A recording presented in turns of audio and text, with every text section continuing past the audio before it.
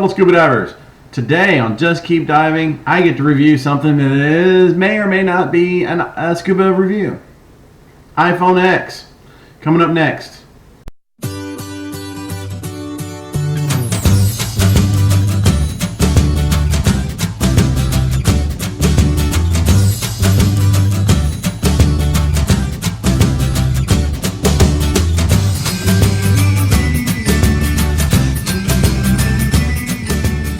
Hey fellow scuba divers.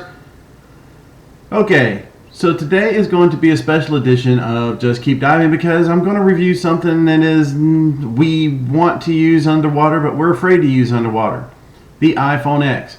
If you like what I'm doing, just hit subscribe down below and hit my like links please. I said we shall get started right now. Okay, the iPhone X. Had to have mine plugged in.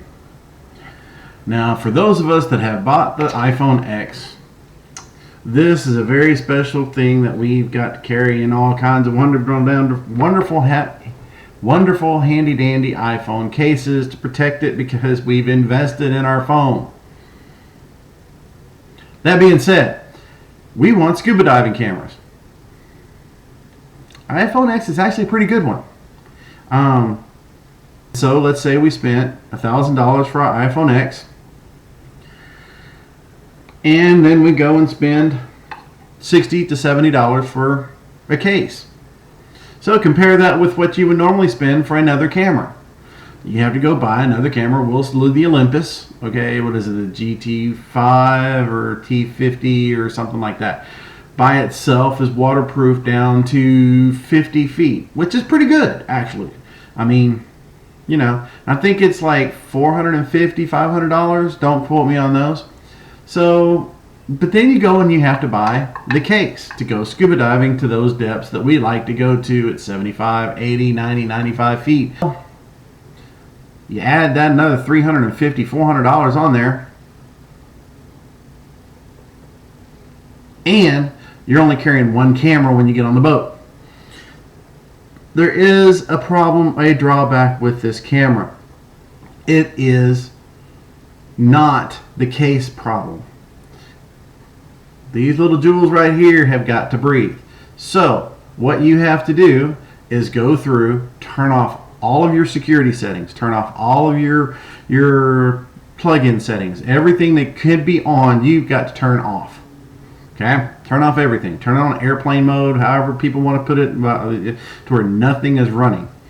You also, depending on the case, if the video is running for 30 to 45 minutes in different temperate water, such as Key Largo, 85 degrees, water, 85 degrees, same temperature. Destin, 85 degrees, water, 74 degrees, different temperature. Your phone will run for approximately 30 minutes underwater without going shut-off mode, which then you won't be able to use your phone for about 12 to 24 hours. If you dive the same temperature, you're more than likely going to go into shut-off mode. Now that, I had that issue when we first took it diving. What I've learned is to make it to where when your pop-up screen comes up, it pops up straight to your camera. So, I've got the camera in here. My control buttons are on the back, which touch the face. Put the camera in. Oh my gosh, what do I see? On, then there's your control buttons right there. If it goes straight to the camera, you can take a picture. Click, click. If it doesn't go straight to the camera, now you're sitting there done a button trying to roll through, and you're like, oh crap, I missed it. Where'd it go?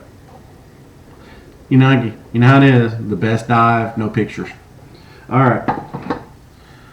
The other thing about the phone, like I said, is, and once you turn the video on, video for 15-20 seconds, turn it off. Try to go through your videos. Don't leave it on one continuous motion because it'll get hot, and then you've got to go up top side, open up the case, expose it to humidity, fogs everything up. We can see where we're going with that. All right. Plus, your top side time should not be cleaning and wipe top. Your surface interval should not be wiping down your gear anyway. Alright, so what the other things then? That HOV, what the heck is it? HOVMC, high volume. Do not turn that on this camera. Why? I'm fixing to show you. So we're about to go through a video right now. As you look at this video, you're going to see that it's kind of spotty and sketchy when you're running it through the laptop. And I tried to run it through and then put it up on a HK high definition TV, 4K TV. It did the same jumpy motion. And while we're going through the jumpy motion, but it does, as you see, stop motion enough to where you can get some great pictures, high quality pictures. I've never used a underwater camera, an official scuba diving underwater camera, to see exactly what the picture's difference would be. But with the software that's out there these days, you see these pictures that I'm putting up right now, once enhanced or tinted or filmed or modified or whatever, I'm sure they would be the same high quality 4K pictures and video that you would put up. Alright, so there you have it. That is the best review I can give right now for the iPhone X. Can it be improved? Absolutely. Can the new iPhones improve on this? I hope so. That overheating problem is a phone problem. Again, you've got your vent areas down here. That is the only place that it gets air. So once you put it in the case, make sure you've gone through it a couple of times and shown how yourself so you can get that quality picture. So you can get that moment where you go, oh crap, look at that, and you can take the picture and make everybody else see what you saw. Now, yes, set this in 4K. Reason why, if you have a 4K TV and you don't put it in 4K, that's the quality of your pictures. The Sea Life camera that I use only does 720, I think. I don't think it does 1080 or 4K. So when you put it up into the 4K mode, you'll get the little pixelated dots or the different differentiations of color. But from what I've seen from this, don't use this camera. This camera is okay. Use this camera. Also, make your settings to be on bright as you can. Otherwise, you're just looking at your reflection wondering what you're doing. Somebody accidentally did not set it up all the way, and they got a whole 20-minute, 30-minute dive recorded in about 4 minutes. Somebody can tell me how to slow that down to where I can see that, actually show that to everybody. I would love for you guys to tell me, because I don't know how to slow that video down. I have tried everything. Don't know who that was.